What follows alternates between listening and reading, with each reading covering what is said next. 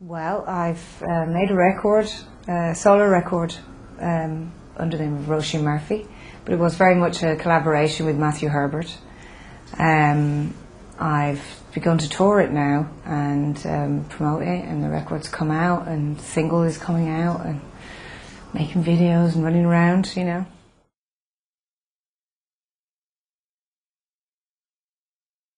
Moloko is kind of up in the air, really. It's hard to know when or where we would make another record at this moment, but the door wasn't closed, so it's open, really.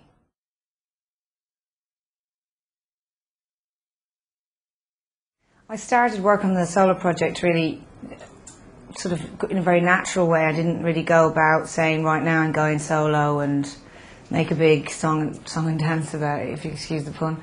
I approached Matthew Herbert when I had some time off whilst I was touring the last Moloko record. If he'd like to, I would like to take him up on the offer of working with him, which he offered me years ago.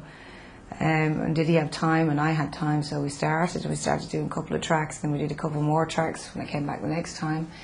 And it kind of snowballed really into a record without really setting out to do that.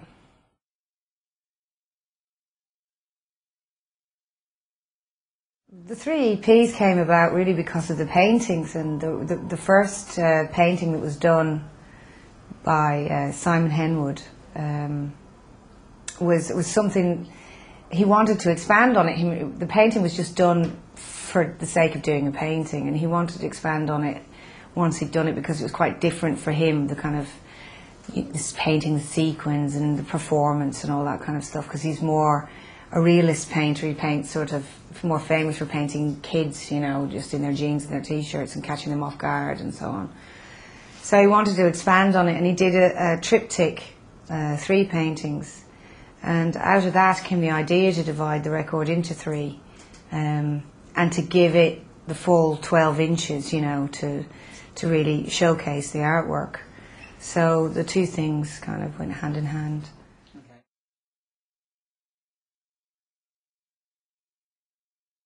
Well, making any record with Matthew Herbert's a different experience than it would be with perhaps any other producer. I think he's got quite a sort of radical approach, and he asked me to bring objects from my own home and from my life, where we would make sound from them and build tracks out of that with the sampler.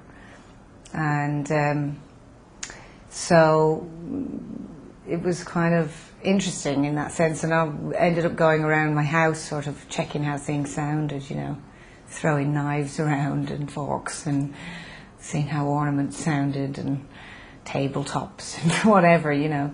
So it kind of it was more naive than perhaps, you know, would be thought in terms of me coming in making a solo record. It was really an experiment and just something that was very joyful and quite naive, you know, the way that we found our way through this record.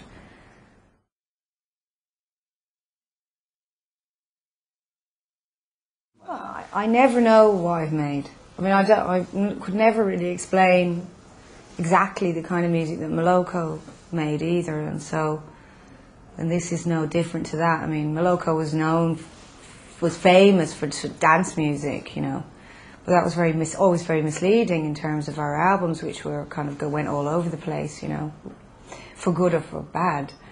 Yeah, I mean, I think there's freedom in which that I was brought up making music, you know, just very secretly almost made all those Moloko records, you know. We made them in Sheffield for the most part, and so very far away from the industry, and very much sort of self-sufficient kind of cottage industry in our own little studio. And that's the way I worked on this record as well. So you tend to come out with something perhaps less homogenous than you would do if you went into big studios with lots of producers and engineers and editors and arrangers, and, you know, I mean, there are people in the industry who, you know, for doing absolutely everything, every part of a piece of music. There's even somebody who does fades, you know, fade outs, as a specialist in the industry. So, you know, I've never worked like that. I've never worked with reams and reams of people, and so in that way, this record wasn't such a departure in a way of working. It was me and one guy in a little room doing our thing, you know.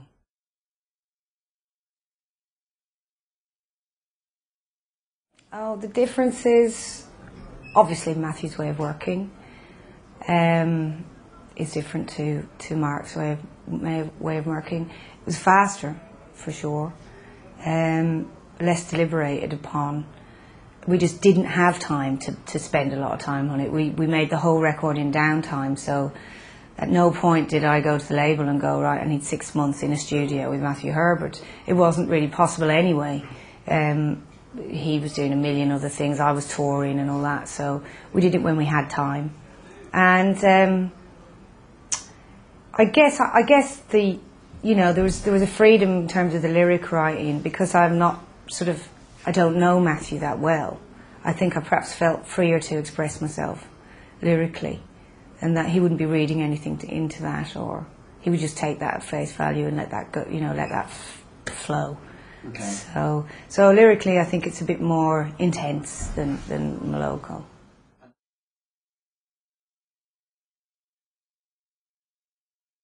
Well, Matthew would not do what you're supposed to do, really, just because you're supposed to do it as a producer. So I didn't put the vocals down in a vocal booth, for example. I stood beside him at the desk, and I didn't have cans, you know, earphones on. I just had a little bit of mix coming out of the speakers, and sang with him sat next to me.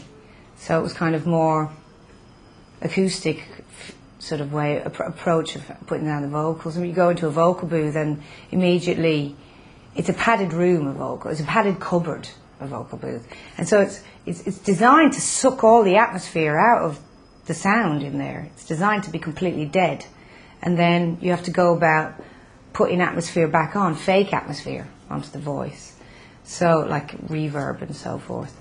And so the way the voice is treated on this record is very, very natural. It's there in the room with you. In fact, the room itself is part of the band, if you like, because everything was done in that small room, the size of this room, you know.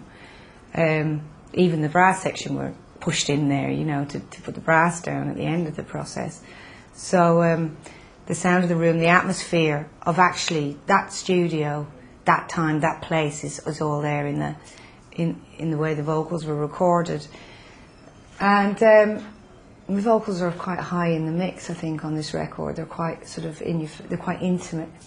They're less compressed, and there's a lot less. They've just gone through a lot less processes than I'm used to being put through. So there's no fake anything on it. There's no like even sort of vocalizer thing, you know, for making harmonies. All the harmonies were made from scratch, and sitting right there beside Matthew with the piano there, and he would suggest harmonies and I would suggest harmonies, and it just happened so much quicker.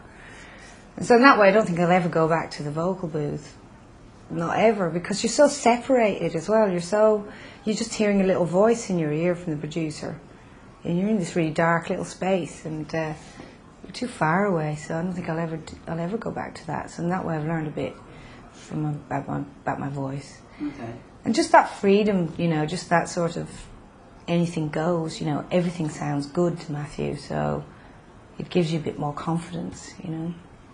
No, there was no criticism of anything, so, because any sound that you make, kind of Matthew's attitude is, there's an integrity to that, and he can do something with it, you know.